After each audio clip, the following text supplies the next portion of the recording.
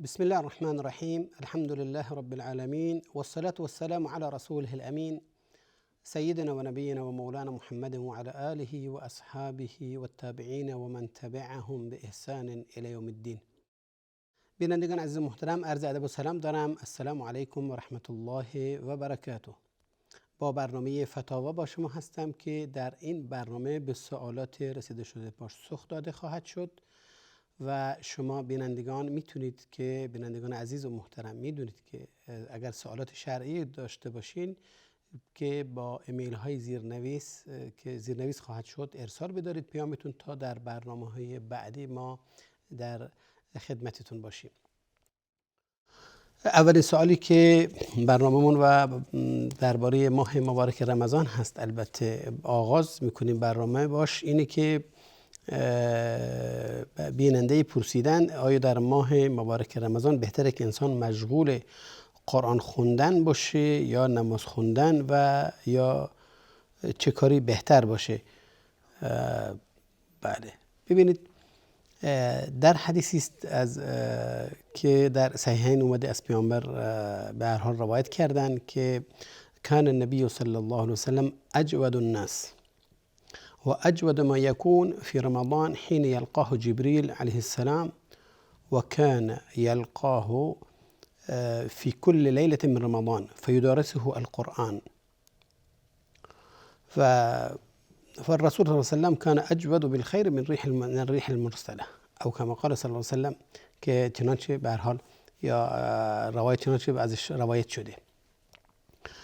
در این حدیث که توجه داشته باشین میدونید که رسول الله صلی الله علیه و سلم اولا صحابی درباره وصف پیامبر میفرمایند که کان اجود الناس، یعنی که با اکرام ترین یا کرمشون زیاد بوده، میبخشیدن، فضل داشتن و بهترین افراد در اکرام کردن، در فضل و بخشش و اینها بوده و بیشترین زمانی که رسول الله صلی الله علیه و سلم اکرام میکردن به دیگران و از مال خویش به هر حال میبخشیدن در ماه مبارک رمضان بوده، هنگامی که جبریل علیه السلام اون رو ملاقات میکرده، یعنی باش مینشسته و باش مدارست قرآن داشته و قرآن را مراجعه میکرده.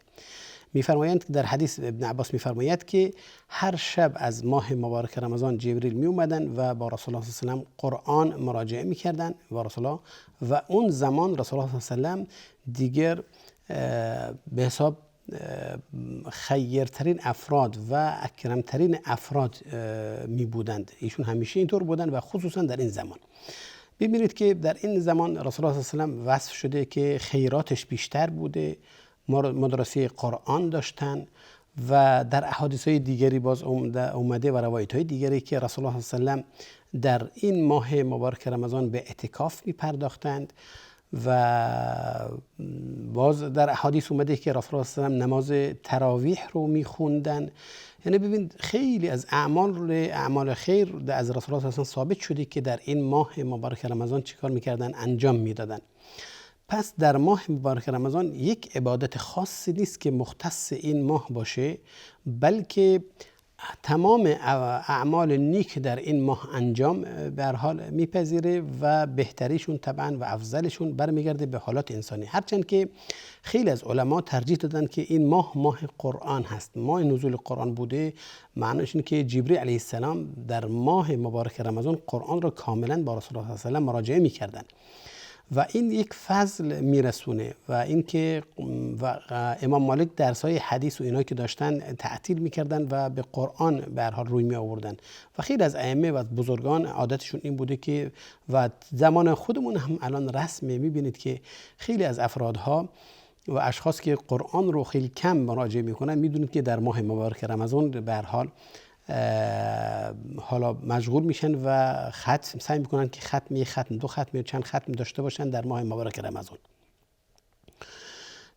عموما میخواستم عرض کنم که علما فرمودن که پس ماه مبارک رمضان در اصل ماه خیر هست، ماه پربرکتی است، ماهی است که معمولا بندگان خداوند روی میارن به عبادات و هر عبادتی که حالا از قیام اللیل باشه، قرآن باشه، صدقات باشه، دعا و نیایش باشه، همه اینها رو چیکار میکنن؟ در این ماه معمولا انجام میدن. اما افضلشون برمیگرده که ببینید انسان چه زمانی و با چه عبادتی میتونه خشوع و خضوع و اخلاص بیشتری داشته باشه نسبت با خدای خودش، چه عملی به نظر خودش در اون لحظه و در اون زمان به خداوند اون رو چیار نزدیکتر میکنه. هر عملی که در اون زمان و در اون لحظات انسان را به خداوند نزدیکتر میکنه، یعنی اخلاصش بیشتر باشه، همون عمل براش در اون زمان چیه؟ افضل‌تره که انجام بده. ببینید یکی هست که مثلا حالا در قیام اللیل مراجعه میکنه و به هر حال از به عظمت خداوند داره فکر میکنه، تدبر در آیات قرآن میکنه، قلبش نرم میشه، اشک از چشمانش جاری میشه. خب قیام اللیل براش افضل‌تره و آسان. یکی دیگر در سجده افتاده و با خداوند به هر حال راز و نیاز میکنه و سجده کرده و دعا میکنه و همچنین در اون زمان حالت دیگری داره، خب اون این براش افضل تره. یکی دیگه فرد دیگری است که به هر حال در تلاوت قرآن و در تدبر با آن نشسته و اون رو یک حالت دیگری بهش دست میده، حالتی از تقرب و نزدیک بودن به خداوند. پس میبینید که این عبادت ها نسبت به اشخاص و حتی نسبت به فرد، خود فرد در زمانی نسبت به زمان دیگر، نسبت به فرد دیگه فرق میکنه. پس نمیشه به هر حال اطلاق کرد که این فعل، این عبادت در این زمان افضلتر و بهتره. هرچند که عرض کردم علما معمولا روی می آوردن به قرائت قرآن و قرآن رو می خوندن، اما معناش اینه نبوده که چنانچه از حدیث که ابن عباس در ملاقات جبریل ذکر شد، رسول الله صلی الله علیه و سلم اکرامشون و فضل و بخشششون در این ماه چیه؟ بیشتر می شد. پس این ماه پربرکتی است، ماهی است که به هر حال جمیع عبادات رو در خودش به هر حال جمع میکنه و اون رو فزون ثواب و اجر میکنه. اینجاست که معمولا کارها تعطیل یا نیمه تعطیل هست و معمولا به عبادات ها میپردازن مردم بندگان که به هر حال همه این عبادات ها ارزش خاص خودش داره، زیرا که انسان در حال عبادت، در حال صیام هست و کار دیگری هم که انجام میده، پس این اجر و ثوابش چیه؟ بیشتره. عموما پس هر عبادت انسان انجام میده که خودش فکر میکنه این عبادت براش بهتره و بیشتر و اخلاصش بیشتره و حضور ذهنش بیشتره، اون فعل و اون عبادت براش چیه؟ اولاتره. زیاد طولانی نکنیم، برمیگردیم به سوالات بعدی ما که یک سوال دیگری است. البته ایشون فرمودن درباره نماز جماعت هست در همین ماه. ظاهرا ایشون میگه که من نماز عشا خوندم و در نماز تراویح بودم که یادم اومد که وضو ندارم. میگه آیا و نمیخواستم که صفای مردم رو به هم بزنم، آیا بهتره که با این حالت با امام ادامه بدم یا این که چه کار کنم؟ بله، ببینید نماز عبادتی است که نیاز به طهارت کامل داره. انسان باید طاهر باشه، هم از کبیره و هم از صغیره دیگه. طبعا وقتی که صغیره لازم واجب باشه که دیگه کبیره من باب اولاست. همچنان که به هر حال خداوند میفرماید که یا ایها الذین آمنوا اذا قمتم الی الصلاة فاغسلوا وجوهکم و ایدیکم الآیه. و همچنین بعد میفرماید که حتی وقتی که آب پیدا نکردید که میفرماید که فتیمموا صعیدا طیبا. پس یعنی میخوام اینو خدمتتون عرض کنم، میگی که بعد تیمم کنید، میخواد نمیگی که بدون وضو نمازتون رو بخونید، نمازتون رو کامل کنید. اولا بایستی به هر حال توجه داشته باشیم که نماز بدون شک و بالاتفاق و اجماعاً نیاز به وضو داره و شرط صحتش داشتن وضو هست، سالم بودن وضو هست و هر زمانی که انسان بدون وضو نداره واجبش هست که نماز رو ترک کنه و ادامه نده، یعنی زیرا که حرام میشه براش. حرام است که انسان بدون وضو میدونه که وضو نداره چیکار کنه؟ ادامه بده نمازش.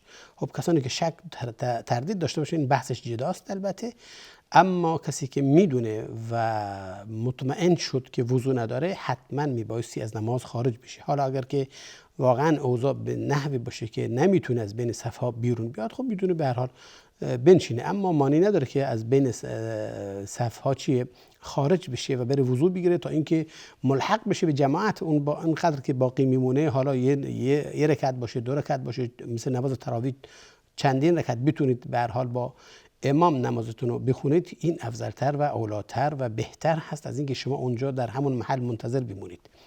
و طبیعی است که شما وقتی نماز نخونید همه به هر حال دیدگاه ها طرف شماست دیگه. اینجاست که خب شما بیشتر انسان به هر حال متحیر میشه دیگه چیکار کنه و چیکار نکنه. اما بهتر اینه که از نماز انسان خارج بشه و بره وضو بگیره و برگرده به هر حال در آخر صف نمازش رو ادامه بده و نماز اقتدا کنه به آنها. زیرا که شرط صحت نماز خدمت عرض شد که اینه که چیه؟ که حتما انسان وضو داشته باشه و وضوش کامل باشه و الا درست نیست. حالا به هر حال این سوالی بود که در وسط اینها اومده بود. بعد سوال بعدی ما که خواهری میپرسند در ماه مبارک رمضان، میگه شوهرم در شغل آتش نشانی داره کار میکنه و بعضی از موارد یا شده که در مأموریت بودن و نیاز پیدا کردن و اجبار شده براشون که چیکار کنه؟ افطار کنه، روزه خودش رو بخوره. حالا آیا این گناه داره یا نه؟ چیزی هم برای ما واجب هست که انجام بدیم؟ لطفاً توضیح بدین. ببینید برادرم، خب روزه یک واجب هست، یک رکنی از ارکان اسلام هست، تکلیف شرعی هست که به خداوند برای ما به هر حال ما رو مکلف کرده بندگان که اینو انجام بدیم. اما شغل به هر حال اون شغلی که شوهر شما دارن، باز هرچند که حالا بودن شغل سبب اسقاط فرض نمیشه، اما وقتی زمان مأموریت داشته باشه، مأموریت یعنی چی؟ خب اون شغلی که شوهر شما داره یعنی که یک خطری رو میخواد از بندگان چیکار کنه؟ دور کنه، یا اینکه میخوان افرادی رو، مسلمانانی رو، بندگان خداوندی رو میخوان چیکار کنن؟ نجات بدن از اون خطری که داره تهدیدشون میکنه، خطر آتش سوزی است دیگه. و اگر ایشون در این حالت باشن، در حالت روزه باشن، شاید توان و قدرت اینو نداشته باشه که به هر حال وارد معرکه بشه و بخواد افراد رو نجات کنه، یعنی که بره از سقف بالا بره و از دیوار بالا بره و مسائل دیگه خودتون میدونید به هر حال چه کارایی دارن اینا انجام میدن. جزاهم الله خیر. اینجاست که اگر چنین چیزی باشه، اگر همچون چیزی حالت پیش بیاد، یک مأموریت براش پیش بیاد و در این حالت افرادهایی هستن که نیاز به کمک دارن، لازمش هست، بلکه لازم میشه که ایشون چیکار کنن در این لحظه. اگر میدونه که نمیتونه، استقامت نداره، با تشنگی و اینها بخواد کار کنه، حتما روزش رو میتونه بخوره و چیکار کنه و کارش رو ادامه بده. اینطور نباشه که بعد خودش هم در اثر تشنگی و گرسنگی به هر حال بیفته و با اونها به هر حال در یک حالت به سر ببرن، لا سمح الله. پس اینجاست که لازم میشه و شاید در بعضی از احیان واجب میشه که ایشون این افطار کنند. چرا؟ زیرا که انقاذ و نجات دادن یک بنده خدا عز و جل، طبعا این ارزشش از این که شما بتونید یک روزه بگیرید بهتره. روزه رو میشه قضا کرد، اما از دست دادن یک فرد، یک مسلمان، یک بنده خدا به هر حال این رو عوض نداره. اینجاست که ایشون میبایستی انجام دادن. ما یک میان برنامه داریم، بعد از این برنامه همین مطلب رو دنبال خواهیم کرد.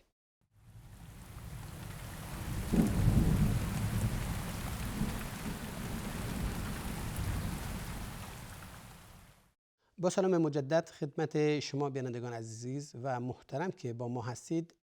برمیگردیم به سوالی که مطرح شده بود و خواهرمون این رو ایراد کرده بودن که شوهرشون در آتش نشانی داره کار میکنه، آیا میتونه روزش رو بخوره؟ مأموریت پیدا میکنه، الزام هست که به هر حال وارد به هر حال این عمل بشه. عرض شد که اگر مأموریت باشه و اگر به هر حال یه حالتی پیش بیاد که نیاز باشه ایشون از خودشون نشون بدن و قدرت داشته باشن که دیگران را نجات بدن، براش لازم بشه که افطار کنه. حال نه اینکه حالا اگر میتونه روزه باشه باید حتما بخوره، قصدم اینه که اگر ناتوان موند، اگر نمیتونه با این حالت، با حالت صیام بخواد کار کنه، خب میتونه، اجازه داره که این کار رو بکنه و لازم هست. یعنی شخص حق نداره که بگه چون من روزه هستم از این دیوار نمیرم بالا. شخص حق نداره که بگه من چون روزه هستم به هر حال نمیتونم برم وارد اتاق بشم و افراد رو از اتاق خارج کنم. این در اینجا واجبش هست که وارد اتاق بشه، واجبش هست که افراد رو نجات بده، لازمش هست و واجبش هست که برای حفظ جان اونها سعی و کوشش کنه و اینطور نباشه که به خاطر تشنگی و به خاطر روزه حالا بخواد وارد عمل نشه و سر باز بزنه از یک وظیفه.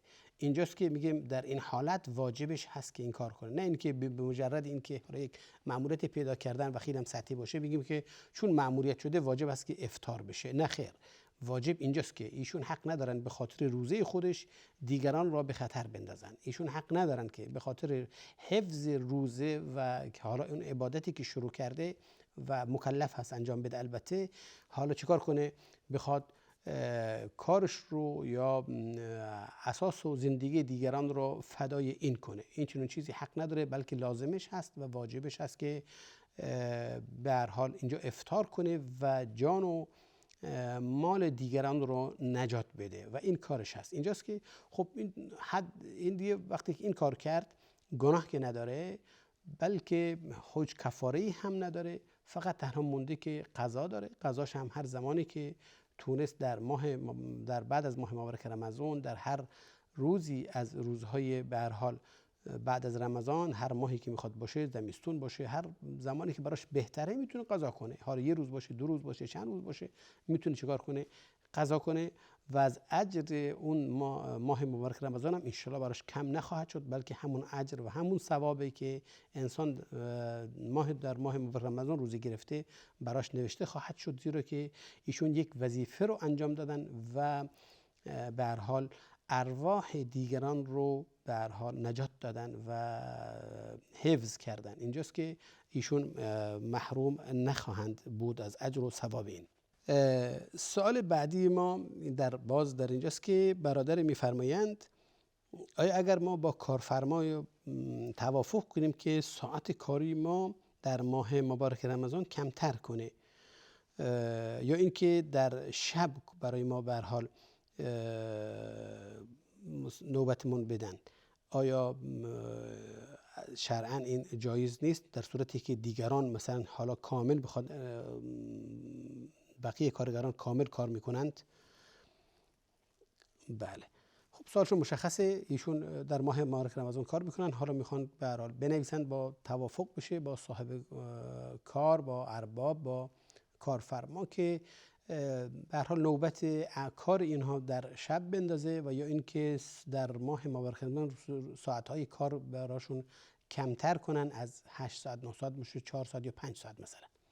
آیا این جایز هست یا نه؟ جایزه، چرا جایز نباشه؟ اگر کارفرما جای خودشون به هر حال بپذیرن و این رو موافقت کنن، خب دیگه المسلمون علی شروطهم، هر شرطی که بسته شد و هر موافقتی که شد همون درسته و صحیح است. حالا اینکه دیگران کار رو کامل میکنن، افرادهای شاید غیر مسلمان باشن که ماه رمضان و غیر رمضان براشون تفاوتی نداره، خب مشکلی نیست که اونها ساعت کاری خودشون بر حسب به هر حال وظیفه‌ای که دارن انجام میدن و شما هم یک امتیاز پیدا کردین از طرف، امتیاز پیدا کردین از طرف کارفرما به هر حال بخشیده به شما 3 ساعت در روز به شما بخشیده، به خاطر روزتون بوده یا به خاطر کارهای دیگه، مانعی نداره و گناهی هم ندارین. اینکه شما مثلا 5 ساعت کار میکنید،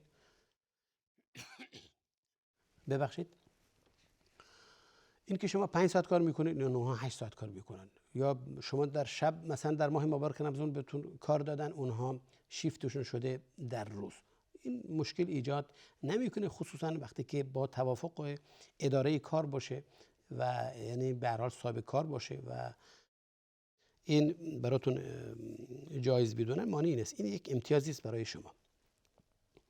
سوال بعدی ما اینه که میفرمایند کسی که شب‌های رمضان تا صبح به هر حال بیدار میمونه تا اینکه در روز بخوابه و روز سریع و به پایان برسونه، این حکم روزش چیست؟ حکم روزش بگیم از نظر صحت و بطلان اگه بخواین بگیم خب روزش صحیح هست، معنی نداره، داره که شروط روزه به جا آورده، نیت داشته و روزه شروع کرده، حالا نشسته باشه، خوابیده باشه، کار کنه، کار نکنه، به هر حال در حال روزه هست. یعنی اعمالی که روزه رو باطل بکنه ایشون انجام ندادن، چیزی ننوشیده، چیزی نخورده، به هر حال عملی که حالا با روزه تضاد داره انجام نداده که باطل روزش رو باطل کنه، مانعی نداره که حالا خوابیده باشه، بجز این که بگیم حالا ایشون از فضل و ثواب و اجرهای به هر حال که وجود داره در اعمالهای خیر وقتی که انسان انجام میده در حالت روزه، خب از این محروم گشته. مثلا حد اقلش این که از نمازهای جماعت باز مونده، خب خصوصا نمازهای جماعت در ایامی که انسان روزه باشه خب ارزشش چقدر هست. و خب قرآن خوندن در حالی که روزه باشه از این اجر محروم شده، در اذکار و در به هر حال دعا و نیایش و همین خودشو محروم کرده، از اجر و ثوابش محروم کرده، فقط اجر روزه خودش برای خودش به هر حال ثبت کرده. و اما از ابطال و صحت روزه ایشون درست هست و صحیح هست و اجر شاید هم بعضی موقع خصوصا در جاهایی که انسان نمیتونه خودش رو کنترل کنه و با زبان، با صحبت‌هایی که میکنه با دیگران، یعنی با حالا دروغ گفتن و مسخره کردن و استهزاء کردن از دیگران، و شاید از این گناه خودش رو به هر حال معاف کرده، خودش رو پاک کرده. لااقل این خوابی که داشته، اگر افرادهایی باشن که همچون عادتی داشته باشن، این خواب براش افضل تره اصلا. چرا؟ زیرا که لااقل مشغول از بین بردن ثواب روزه خودش رو نشده. میدونید که حالا یک سوالی بود در همین باب که افرادهای عادت دارن، حالا اگر خدا توفیق داد در این تونستیم کامل کنیم که بهش به هر حال اشاره خواهیم کرد. خب در این صورت این خوابش هم عبادت دیگه، بهتره که تونسته اجر و ثواب روزه خودش رو حفظ کنه، و الا بهتره که انسان اینطور نباشه که حالا بخواد در روز که انسان در حالت روزه هست فقط خودشو بخواد بزنه و بس. نه، انسان میبایستی مشارکت کنه در فعالیت ها، در به هر حال در عبادات هایی که وجود داره، عبادات های جماعتی مثل نمازهای جماعت، در قرآن خوندنی ها و به هر حال جمعی که وجود دارن قرآن گروهی میخونن، در اونجا شرکت کنن. درس هایی هست، درس تجوید باشه، درس به هر حال فقه و احکام باشه، درس هر درسی در احادیث هست، در اخلاق هست، خب شرکت کنن. خب این اجر خاص خودش داره و اجرش مضاعف خواهد شد. این انسان بهتره که اوقاتشو به این صورت نگذرونه که شبها حالا تا صبح بمونه و شب بیداری کنه، اما روز بخواد این وقتشو، این وقت خیلی خوب رو چیکار کنه، به هر حال از بین ببره. و این کار شاید کار خوبی نباشه، به هر حال نه اینکه کار باطلی باشه، کار خوبی نیست. کار خوبترش اینه که انسان شب بخوابه و روز به سعی و کوشش و به هر حال کار بپردازه. یه سوال درباره حالا بله این فکر کنم که شاید مکرر بود که دانشجو میتونه روزه بگیره. بله واجبش هست که روزه بگیره، امتحانش نمیتونه اون رو چیز کنه. به هر حال این فکر کنم در برنامه قبل از این من بهش اشاره کرده بودم که هر کس ولو که دانشجو باشه شما حق ندارید روزه رو بخورید، مگر اینکه انسان در حال روزه به هر حال حالا مشکلاتی براش پیش بیاد، این بخواد افطار کنه. در این صورت که حالا یک حالتی براش پیش اومد، حالا گیچی براش رسید و اینا، میتونه چکار کنه؟ بخوره. بله. سوالی است که میگی اگه کسی نیاز به غسل واجب داشته باشه و وقت کوتاه باشه، آیا میتونه اول سحریشو بخوره؟ خب و اگر اذان داد چی؟ ماه روزه اون درسته یا خیر؟ بله سوالش واضح هست و طبیعی است، معنی نداره. صحت روزه برادرم نیاز به طهارت بدنی انسان نداره. انسان حالا اینطور نیست که وقتی که روز شروع میشه که روز ماه رمضان باشه که شما در حالت روزه بخواید باشید حتما باید شما مثلا پاک باشین، غسل کرده باشین، حتما وضو داشته باشین. نه خیر، صحت روزه ربط به این چیزا نداره. صحت روزه به حضور ذهن شما، همون نیت هست که نیت داشتین به هر حال و الان شما غسل نیاز داشته باشین یا نداشته باشین معنی نداره. یک مطلبی به هر حال هست که فضائل میسوزه. وقتی که انسان غسل برش واجب باشه بهتر که حداقلش وضو بگیره برای خوردن، برای نوشیدن، برای خوابیدن مجدد قبل از غسل زدن مثلا. این اولاتره و این افضلتره. همین امر باعث میشه که همین وضو گرفتنشون باعث میشه که فرشتگان رحمت، شما از آمدن فرشتگان رحمت چیکار محروم نشین. زیرا که در حدیث هست وقتی که جنوب به هر حال فرشتگان رحمت میگه نازل نمیشه در مکانی که جنوب به هر حال باشه. و اگر وقتی که جنوب، شخصی که به هر حال جنوب یعنی کسی که غسل براش واجب باشه، پس این شخص اگر وضو بگیره به هر حال این ممنوعیت براش کنار زده شده و این ممنوعیت براش از بین رفته، دیگه فرشتگان رحمت هم براش وارد میشه. پس معنی نداره که کسی که غسل براش واجب باشه وضو بگیره و بیاد سحری خودشو بخوره، بعد از سحری چیکار کنه؟ حالا بره مشغول بشه ولو اذان بده. اذان هم که گفته باشه شما خب طرف میره غسل خودشو میکنه مستقیما میره مسجد برای نماز صبحش. پس تضادی نداره که انسان کسی حالا غسل براش واجب باشه بخواد مثلا سحریشو بخوره، کسی غسل براش واجب بشه اذان فجر بده در حالتی که میخواد ایشون روزه هم هستن، مانعی نداره برای فرد و درسته.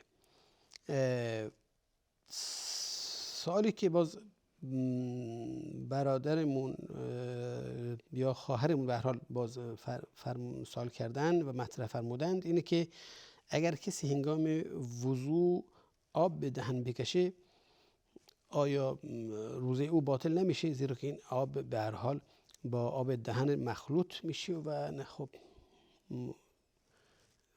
بله.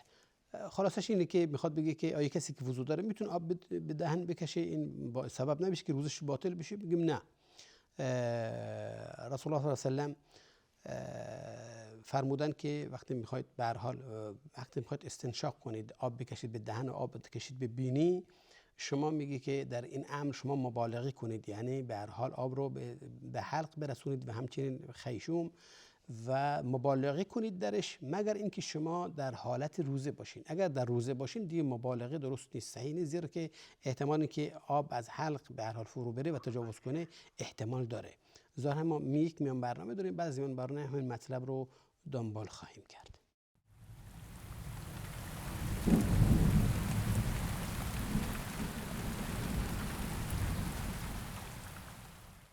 با سلام دوباره خدمت شما بینندگان عزیز و محترم که با ما هستید و برنامه رو دنبال میکنید. برمیگردیم به سوالی که مطرح فرموده بودند بیننده عزیز ما، اینکه آب کشیدن به دهن آیا روزه خللی به روزه میرسونه یا نمیرسونه؟ عرض شد که هیچ خللی نمیرسونه و اینکه آب به هر حال انسان میاره و میکشه به دهنش و طبعا اینکه با بزاق انسان به هر حال مخلوط میشه و انسان طبیعی است که بزاق به هر حال بدون اینکه شما تعمدی داشته باشین یا بدون اینکه اصلا شما متوجه باشین به هر حال میره پایین و این حرکت وجود داره، مانع ایجاد نمیکنه، مشکلی ایجاد نمیکنه، مگر اینکه انسان خودش تعمدن این کارو بکنه، آب رو نگه داره به دهنش که به هر حال بکشه پایین. خب این که دیگه انسان خودش داره این کارو میکنه، خودش هم میدونه که داره چه کار میکنه. خب این حکم فرق میکنه. اما به مجرد اینکه انسان مسواک بزنه یا اینکه آب به دهن بکشه مانع ایجاد نمیکنه. و در حالت صیام طبعا مذاهب علما بر این هست که دهن مثل یک عضو خارجی حساب میشه. یعنی چی؟ یعنی اینکه جزء جوف انسان به حساب نمیاد که هر چیزی واردش بشه انسان روزش باطل به حساب بیاد. نه، این عضو خارجی هست که انسان به هر حال آب میکشه یا بعضی موقع انسان مسواک میزنه دیگه، مسواک میزنیم و از خمیر دندان استفاده میکنیم، از چیزهای دیگه استفاده میکنیم، هیچ مانعی نداره و مشکلی هم ایجاد نمیکنه. مسواک میتونید به هر حال با خمیر دندان باشه، با چیزهای دیگه باشه، انسان دهنشو بشوره و بوی بد رو به هر حال از بین ببره. این جایز است حالا شما روزه باشین یا روزه نباشین، مشکل ایجاد نمیکنه. درسته در مذهب شافعی ما قبلا هم عرض شده اینجا که گفتن که بعد از نماز ظهر یا بعد از زوال بهتره که انسان مسواک کنار بذاره، مسواک استفاده نکنه. اگر میخواد مسواک بزنه از معجون اینها نباشه، از خمیر دندان نباشه، چیزی که بو داره. اما جمهور علما برای این هست که مانع ایجاد نمیکنه. به هر حال این بوی بد رو از بین بردن معناش این نیست که ما داریم آثار عبادت به هر حال از معده داره بالا میاد و این مشکل ایجاد نمیکنه. پس مسواک زدن، آب به دهن کشیدن، آب به بینی کشیدن مانع و تضادی نداره با روزه داشتن و مشکلی ایجاد نمیکنه. بله، اتفاقا سوالی که قبل از این بهش اشاره کردیم الان اینجاست که فرمودن سلام و درود خدا بر شما. بعضی از افراد با این که روزه هستن اما از عادات بد خود دست نمیکشند، مثلا پشت سر دیگران سخن گفته و سخنچینی و دروغ و این چیزها رو دارن. آیا روزه این افراد قبول خواهد شد؟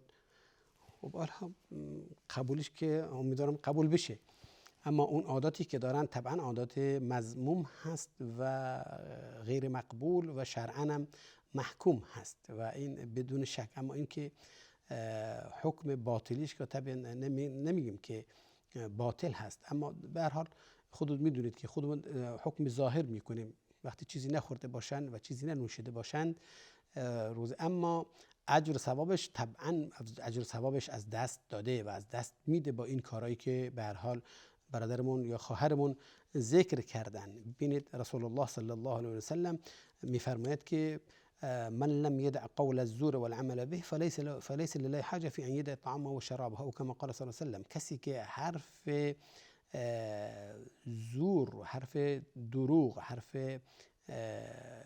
که در غیر محل خودش باشه بخواد بزنه، طبعا این فرد هیچ روزی نداره به جز اینکه چیکار کرده. درسته که خداوند نیاز به این نداره که شما به هر حال خوردنی ها و نوشیدنی ها بر خودتون حرام کنید.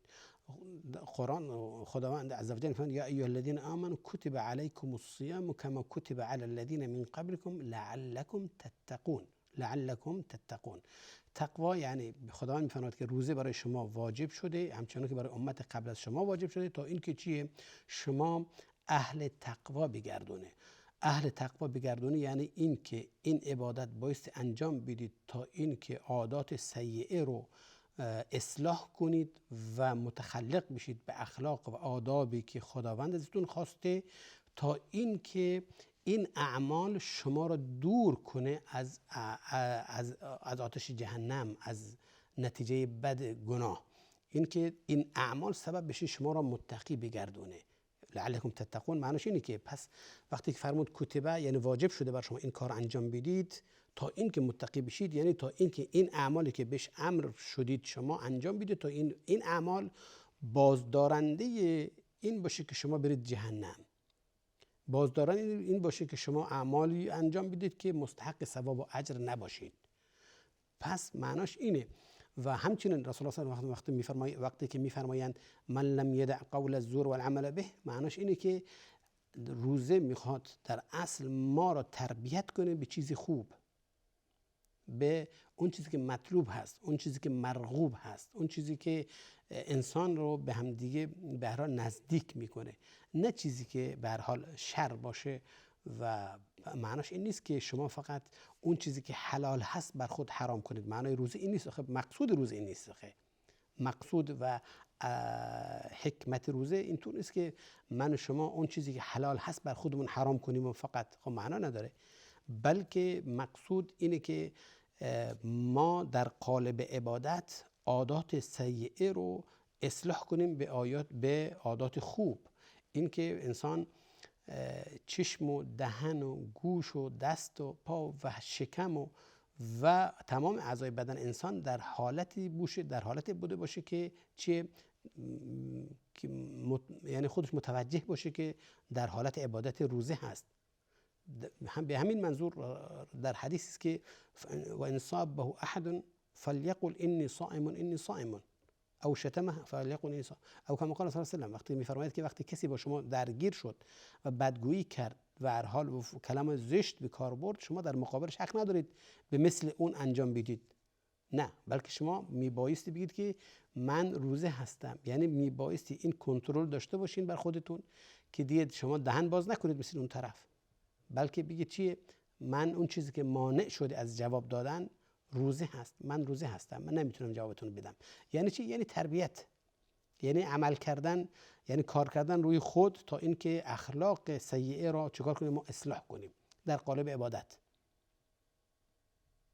این معنای روزه هست، نه اینکه حالا بخوایم ما روزه باشیم یعنی چیزی رو نخوریم و ننوشیم و خب حالا از مقاربت با همسر هم انسان جلوگیری کنه، کنارگیری کنه، اما با دوست و رفیق و کسی نشسته و شروع کردن از شرق به غرب، از غرب به شرق و چیکار کنن؟ درباره افراد صحبت کنن، این فلان این کار کرده، فلان این کار نوشته، فلان این کار رو کرده، این فلان رفته، این کار رو نکرده و همین مسائل و این طبعا روزه نداره. رسول الله صلی الله علیه و سلم در یک حدیثی در ترغیب و ترهیب آوردن که دو خانم بودن با هم دیگه صحبت میکردن و در حال رسول الله از اون خواستن و استفراغ کردن و فرمودن که به هر حال خون اینهاشون از به هر حال از استفراغ کردن و از دلشون کنده شد و فرمودن که اگر به این حالت میموندن اینها اون دو در آتش جهنم چیکار میکنن؟ غوطه‌ور میکرد. اینها نشسته بودن به هر حال چیکار کنن؟ از گوشت برادران خود میخوردن، یعنی در پشت سر اونها داشتن صحبت میکردن. ایحب احدکم ان یاکل لحم اخیه میتة فکرهتموه؟ آیا شما دوست دارید که گوشت برادر مرده‌تون رو بخورید؟ در صورتی این بد بندارید دیگه و اینطور نیست. انسان بدش میاد که این کار بکنه. درسته اصلا نفس انسان اینو نمیپذیره. پس چه رسد این که انسان در حالت عبادت باشه، در حال روزه باشه بخواد این کار بکنه؟ و این طبعا از اجر و ثواب که حالا در ظاهر میگیم روزشون باطل نشده اما هیچ اجر و ثوابی ندادن. در همونجا که رسول الله صلی الله علیه و آله میفرماید که رب صائم لیس من صیامه الا الجوع والعطش او کما قال صلی الله علیه و آله. چه بسا روزه‌دار هست که از روزش هیچی نمیبره اجر و ثوابی جز تشنگی و گرسنگی، چیزی نصیبش نشده. یعنی این که اون اجر و ثوابی که خداوند برای روزه‌دار در نظر گرفته این همه از بین برده. میدونید که ثواب روزه دیگه مثل بقیه عبادات نیست. هر عبادتی معمولا چنانچه در حدیث صحیح هست که الی 10 اضعاف او 700 ضعف، یعنی هر الحسنه بعشر امثالها. الحسنه هر کار نیک انسان انجام میده، هر کار عبادت انجام میده 10 برابرش تا 700 برابرش خداوند اون رو مضاعف میکنه، اجرش میده.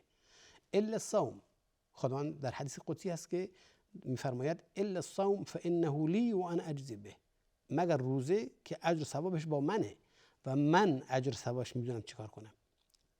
چقدر اینجاست که ثواب اجر و ثواب روزه مشخص نشده که 10 برابر هست یا 50 برابر است یا 100 و 700 برابر، بلکه گفتن اجر روزه یعنی صبر کردن در مقابل تمام مشاکل، از گرسنگی و تشنگی گرفته و همچنین از هوای نفس.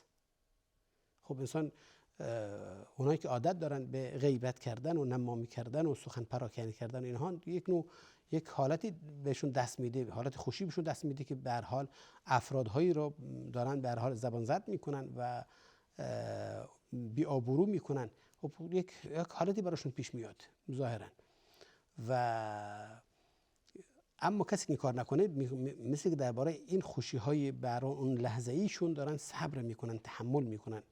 انما یوفی الصابرون اجرهم بغیر حساب. خداوند در قرآن میگه اون کسانی که صبر میکنن و به هر حال پا میذارن رو خواسته های هوا و نفس و شهوانی خودشون، چه کار میکنن؟ اجر و ثوابشون بلا حساب براشون نوشته میشه. خب به همین منظور گفته شده که ماه مبارک رمضان ماه صبر، ماه مبارک رمضان ماه عبادت، ماه صبر و صبر پیشه کردن هست. این سزاواره که انسان نه تنها از دهن یعنی شکمش اینا روزه باشه، بلکه حاضر نباشه بد رو بشنوه، حاضر نباشه که بد رو نگاه کنه، حاضر نباشه که به هر حال بد کسی رو بگه.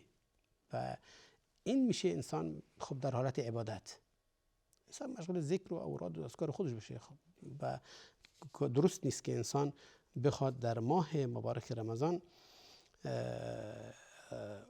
این در حال عادت داشته. رسول الله صلی الله علیه و آله از منبر بالا میرفتن فرمودن آمین آمین.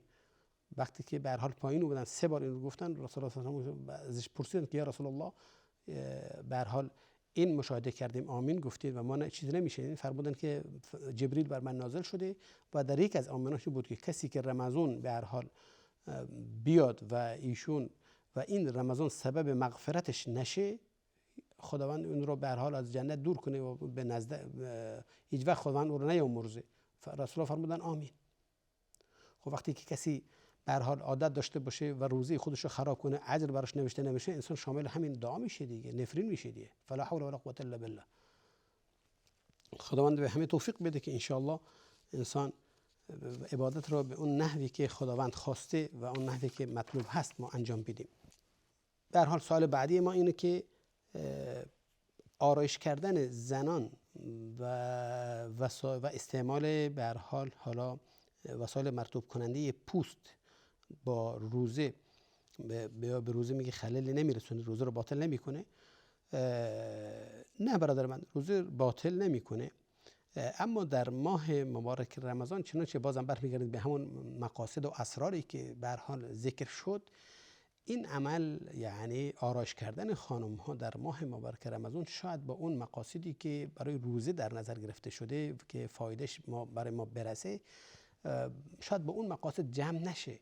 حالا خانمی که برای حالا رفتن سر کارش حتما میخواد حالا آرایش کنه و خودشو به هر حال معطر کنه و غیره، حالا اگر محلی باشه که مرد و زن با هم دارن کار میکنن، در یک جا باشه، در زیر یک سقف باشه، خب این که دیگه گناهش خیلی بیشتره از اینکه محل مختص زنان باشه که در بین خودشون هستن دارن کار میکنن. حالا به هر حال منظور از این که حالا این وسایل رو به کار میبرن معلوم نیست، خیلی نمیدونم چی هست.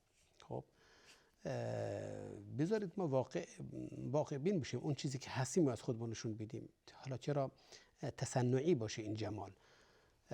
به هر حال اگر در محلی باشه که حالا مرد و زنان با هم باشن، خب طبعا بهتر این که شاید این فعل حرام باشه، طبعا معطر کردن خودشون در اون زمان، خب خصوصا در ماه مبارک رمضان که همه روزه هستن، خب این جایز نیست و صحیح نیست، که زیرا که این یک به حساب ترغیب دادن دیگران هست به حال نگاه کردن به اشمام کردن این مسائل. به هر حال میگم که کار ظاهری نیست، یعنی شما به هر حال افرادی که مشغولی که عبادت هستن دارید بهشون سفارش میدید که یکم حواستون جمع کن، یکم به طرف این طرف نگاه کن، مثلا این کارها، این شاید سزاوار نباشه و این با اخلاق و آداب و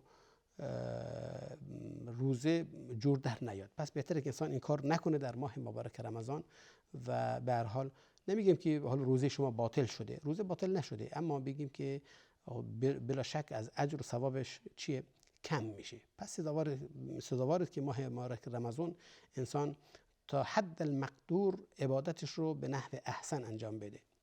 خب اگر واقعا مشکل شما میتونه اجازه بگیره در ماه مبارک رمضان در خونه باشین که به هر حال برسین به عباداتون و فرزندان و شوهر و همسر و اینها.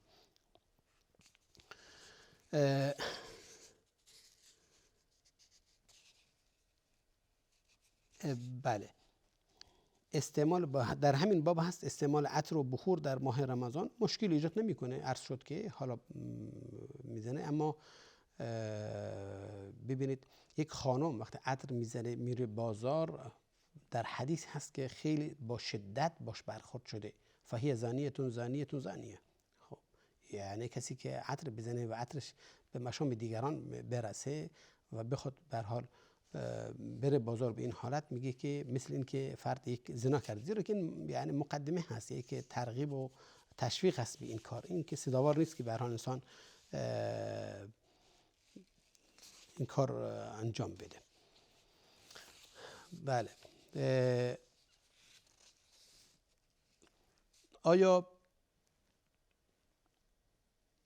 کسی که مسافر باشه در سفر، یعنی با همسرش در حال سفر باشند در ماه مبارک رمضان، اگر روزه باشند خب و روزشون باطل کنند گناه دارن؟ مسافر باشه، خب من مسافر که شاید روزه نباشه، نمیدونم حالا سالشون چطوری هست، حالا سالش افرادی با فردی ببینید سفر خودش یک عذره. عموما حالا سوالش منظور هر چی باشه من به هر حال توضیح میدم. سفر خودش عذره که انسان روزه نگیره، افطار کنه. و شاید کسی میخواد بگه که حالا نوعروسی باشن میخوان سفر کنن برای این که افطار کنند، به عنوان مثال میگم، آیا این جایز هست یا نه؟ ببینید مثلا یک مبحث، این بحث خلافی است تقریبا، و اون که در مذهب شافعی جایز هست، مشکل ایجاد نمیکنه، زیرا که سفره، به هر حال یک سفر حق داره که انسان نیاز داره که سفر کنه، سفر میره و افطار هم میکنه، حالا خانه‌اش باش میره مانعی نداره. اما اینکه عمدن میخواد این کار کنه، به هر حال بعضی از علما اجازه ندادن. اما متاسفانه وقت به ما این فرصت رو نمیده که ما مبحثمون کامل کنیم، اما در برنامه‌های بعدی انشاءالله حتما به صورت مفصل بهش میپردازم. و تا اینجا به هر حال با ما بودید تشکر میکنم از همه دوستان عزیزانی که با ما بودن و همه شما رو به خداوند بزرگ میسپارم. سبحانك اللهم و بحمدک، اشهد ان لا اله الا انت، استغفرك و اتوب الیک. و السلام علیکم و رحمت الله و برکاته.